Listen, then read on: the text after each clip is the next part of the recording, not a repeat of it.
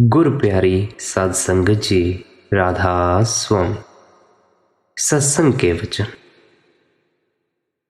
प्रेम कोई आसान नहीं बल्कि महंगे मोल बिकता है। जब तक यह जीते जी नहीं मरता, यानी इसकी रूह 9 दरवाजों को छोड़कर ऊपर 10वीं गली में नहीं जाती, प्रेम कहाँ है। आज प्रेम आया, कल चला गया। यह प्रेम नहीं, यह झूठ है। मजनू लैला का आशिक था। लैला का बाप बादशाह था। उसने लैला की खुशी के ख्याल से हुक्म दे दिया कि मजनू जिस दुकान से मिठाई खाए, कपड़ा ले, पैसा ले या कोई और चीज ले, उसका हिसाब मैं दूंगा। जब लोगों ने सुना कि चाहे जो चीज जिस दुकानदार से मर्जी हो ले लो, तो एक मजनू की जगह कई मजनू हो गए और रोज बरोज बढ़ने लगे और शहर उजड़ने लगा।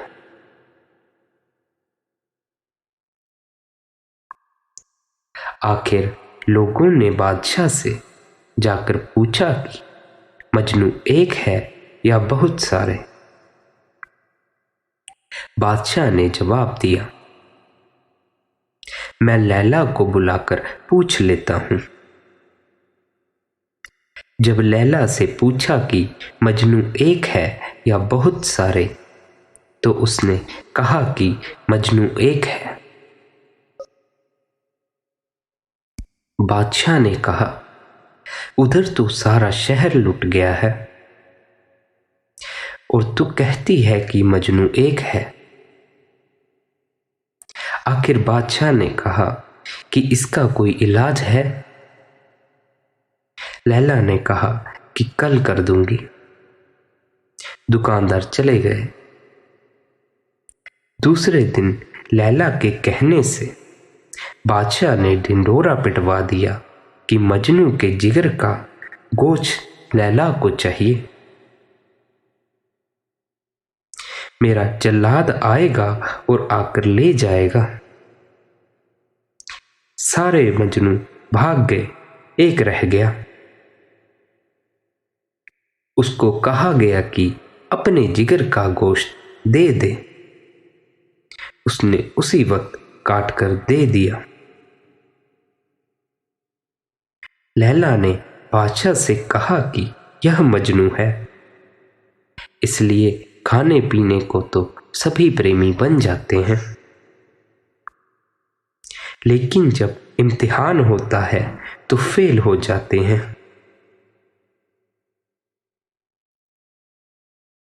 इसी तरह कई लोग कहते हैं कि उन्हें गुरु से प्रेम है, पर वे गुरु के बताए रास्ते पर चलना नहीं चाहते। उन्हें लगता है कि प्रेम कुछ बंधे हुए रिश्तों में ही किया जा सकता है। सच तो यह है कि उन्हें प्रेम का अर्थ ही पता नहीं। प्रेम तो सभी से एक सा ही होता है, ना किसी के लिए कम होता है ना ज्यादा होता है।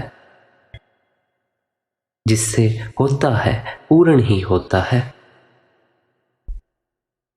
जितनी आसानी से परमात्मा की झलक प्रेम के जरिए पाई जा सकती है और किसी रास्ते से नहीं पाई जा सकती। इसलिए हैरानी की बात नहीं अगर कोई आशिक अपने महबूब में खुदा देखता हो। बस समझ भर की बात है। अगर आप सोचते हैं कि प्रेम कुछ ही रिश्तों में किया जा सकता है, तो कहीं ना कहीं बात ऐसी है कि आप हर किसी में वो परमेश्वर ना देख सके। जिस तरह एक आशिक अपने महबूब में प्रेम की वजह से खुदा देखता है, अगर वह परमात्मा के बनाए इस समाज में हर किसी को प्रेम से देखे, हर किसी से प्रेम से रहे, तो वो हर किसी में परमेश्वर को देख सकता है।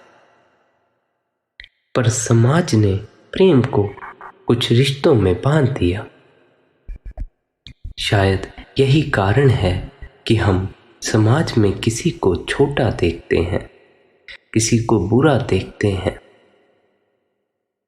अगर सबसे प्रेम हो, सब में परमेश्वर की झलक नजर आती हो, तो किसे बुरा कहोगे, किसे छोटा समझोगे?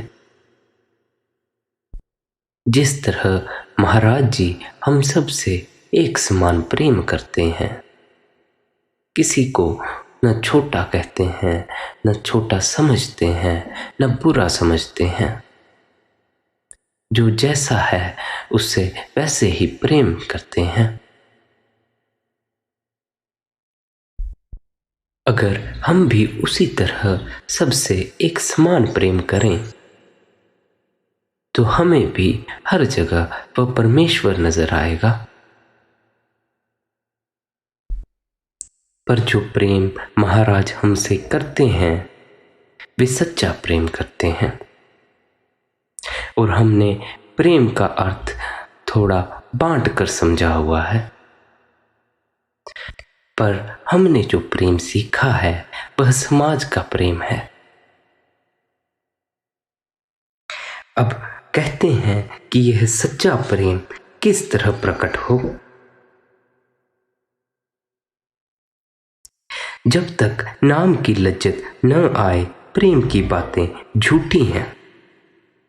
जो हमारी आशिकी है वह आज आ गई, कल चली जाएगी। यह झूठी आशिकी है। सच्ची आशिकी प्रेम और प्यार की होनी चाहिए। कम खाना, कम सोना और रात दिन प्यारे के ध्यान में लीन रहना, यह आशिकी है। जब तक यह ऊपर नहीं चढ़ता, रूहानी मंजिलों पर नहीं जाता, अमृत की लज्जत नहीं लेता, आशिकी कैसी? आशिक के तो प्राण सूखे रहते हैं। उसका ध्यान हर वक्त अपने प्रीतम की तरफ लगा रहता है। जो झूठे आशिक हैं वे बेवकूफ हैं। सच्चा आशिक बनना चाहिए। एक बार पतंगों के बीच में एक बुनगा उड़ने वाला छोटा कीड़ा आ गया। उन्होंने पूछा कि तू कौन है? कहता है मैं पतंगा हूं। उन्होंने देखा कि वह पतंगा नहीं। आपस में सलाह करके कहा कि जा शहर में जाकर देख, दिए जलते हैं। भुनगा गया। थोड़ी देर बाद वापिस आकर कहता है कि हाँ जल रहे हैं। उन्होंने कहा कि तू पतंगा नहीं। अगर पतंगा होता तो वापस नहीं आता, बल्कि वहीं जलकर मर जाता। इसलिए जिनके दिल में सच्चा प्रेम, सच्चा प्यार और सच्ची मोहब्बत है, वह रोम रोम में समा जाती है। बोलने की जरूरत नहीं। राधा स्वामी जी।